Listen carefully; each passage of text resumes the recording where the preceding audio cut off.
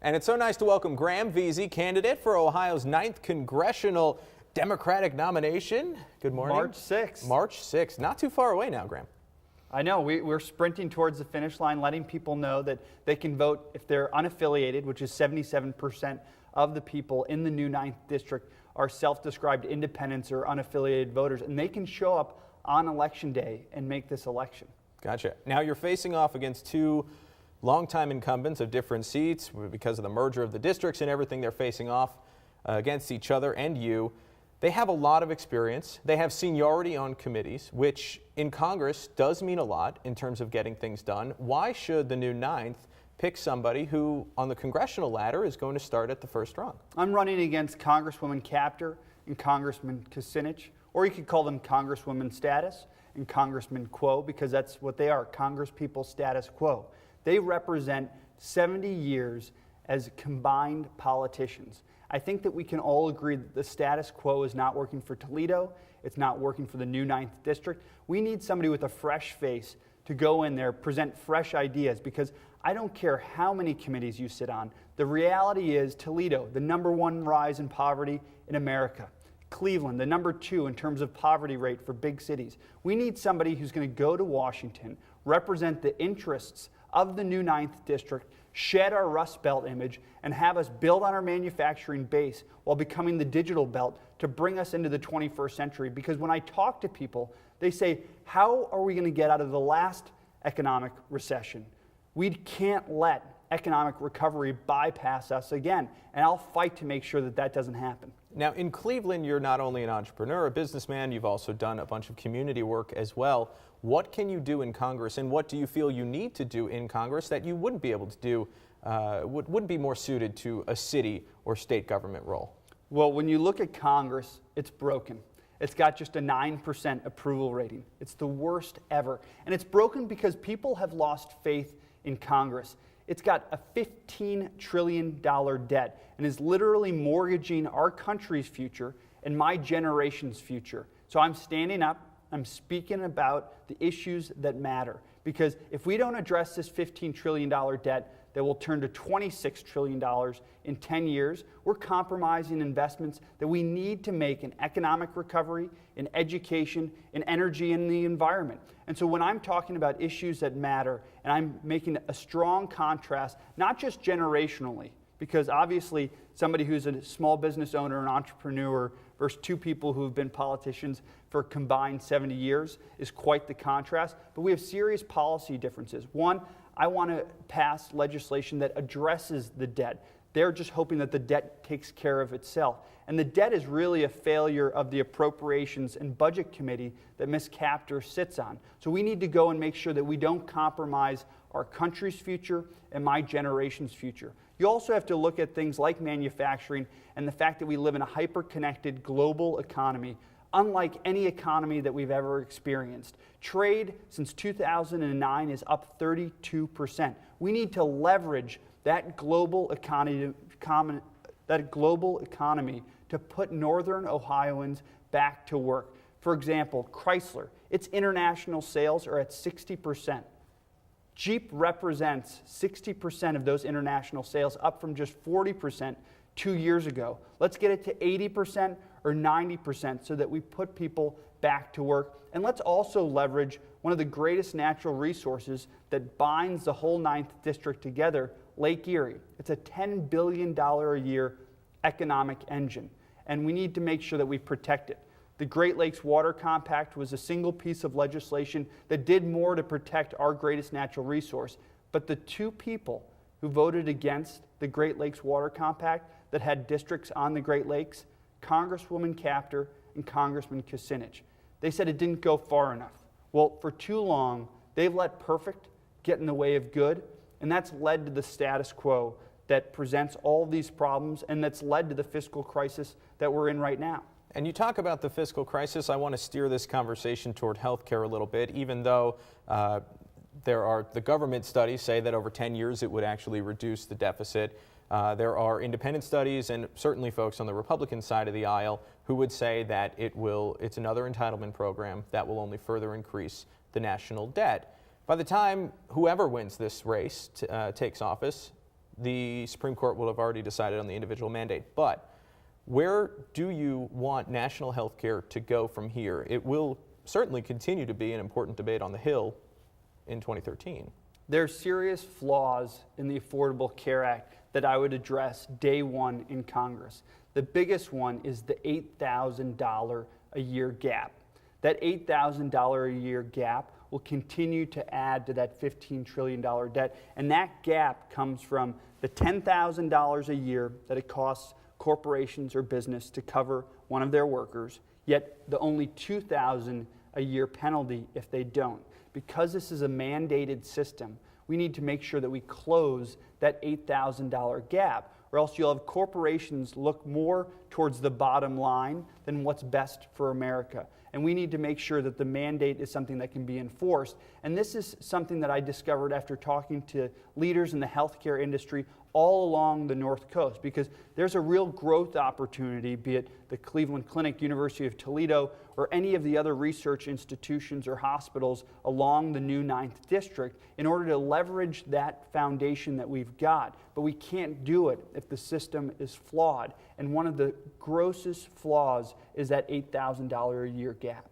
Speaking of flaws, more, I guess, broadly cracks, I want to transition to Davis-Besse here. Energy policy, some would say the United States doesn't have an energy policy, and yet more nuclear reactors were just approved for construction. Davis-Besse has had some well-documented issues. Where do you want this to go? Do you want Davis-Besse to be shut down? Do you want it to continue? And is there really a way that the public can be confident that the NRC's watchdogs are going to be enough to keep Davis-Besse safe? When people elect me to Congress, they'll know that I'll keep the pressure on the Nuclear Regulatory Commission to make sure that Davis-Besse is safe and secure. We need power to help generate the economic recovery that the North Coast, the new 9th District, needs. So we need an advocate for safe and secure nuclear energy. It's low. If we don't address these issues, and you look at the 800 people in Ottawa County that are employed, we compromise our safety. We need somebody who's going to be a strong advocate for both the jobs and the safety of this region and the new 9th District. At the same time, sticking with energy for a moment, we see the Bayshore plant needing to close because of environmental regulations. There was a high-profile showdown over the Keystone pipeline and everything. You seem to be warm to nuclear energy and nuclear power. What's the rest of this? How does the rest of this picture get painted here? So 81% of America's energy is now domestic. We need to get it closer to 100%, but we're making progress. If you look at the natural gas boom that's underway in Ohio and other parts of America, we need to make sure that we regulate that industry so that there are environmental protections, but we also regulate the industry so that industry knows what's going to happen and there's some sort of predictability so that when something happens, industry knows what to do. We saw the writing on the wall in Pennsylvania. They had an energy boom, yet Congress and the federal government failed to implement any sort of regulations across America. We need to make sure that we don't let Congress have a free pass on this one, and we need to make sure that natural gas is regulated so that industry can operate, create jobs, yet we are also protecting the citizens with regards to environmental regulation. Now, the number one issue for most folks, especially in a state hit hard by the economy, is jobs. What can Congress do, and specifically what can you do in Congress to help bring jobs to the new 9th? We have to think about the global economy that we live in and make sure that we leverage the manufacturing base that we've got here on the North Coast. Nobody in the world makes better products than Northern Ohioans. And we need to make sure that we're not just competing with other parts of Ohio or other parts of America, but other parts of the world. And we see a move now from these shoddy manufacturing operations in Mexico or China moving back to the U.S. We have to capture some of that moving back and make sure that we fill the plants, we fill the factories, we fill the warehouses. So we need to build on that manufacturing base, and we need to leverage the fact that we've got an uptick in exports, up 32% since 2009. But we also have to look to the future. Shedding our Rust Belt image, we've got to also fill those factories with data centers. and make sure that we're putting people to work in high-tech jobs and filling those factories with data centers, high-wage earners. And we also have to look at that $10 billion a year economic engine that I talked about, Lake Erie, and become a bit of a vacation belt. Because if you look at the storefronts in Sandusky or Port Clinton, you look at the opportunity to create a real vacation belt so that people from all around the region come to Lake Erie, and we need to do everything that we can to protect it so that when there's a 50-year storm, which we had 3 of them last summer, we're not dumping raw sewage into this natural resource. So I'll be aggressive on those 3 fronts: the vacation belt, building on our manufacturing stronghold, and making sure that we're brought into the digital age, because I'm of the digital age. I have to ask you, I think anybody who hears that obviously loves hearing, hey, let's get jobs in the factories, let's get them fired up again, let's make sure we have a lot of jobs. Specifically, though, what can Congress do to leverage what you're talking about leveraging? So, for example, if you look at the jobs that are coming back, Master Lock, for example, just reopened its Milwaukee headquarters. And they had exported the jobs overseas. And when you see the fact that we have had a tax code for a long time that's incentivized companies to move jobs overseas, as a congressperson, I'll make sure that the incentives in the tax code are to bring jobs back to places like Northern Ohio.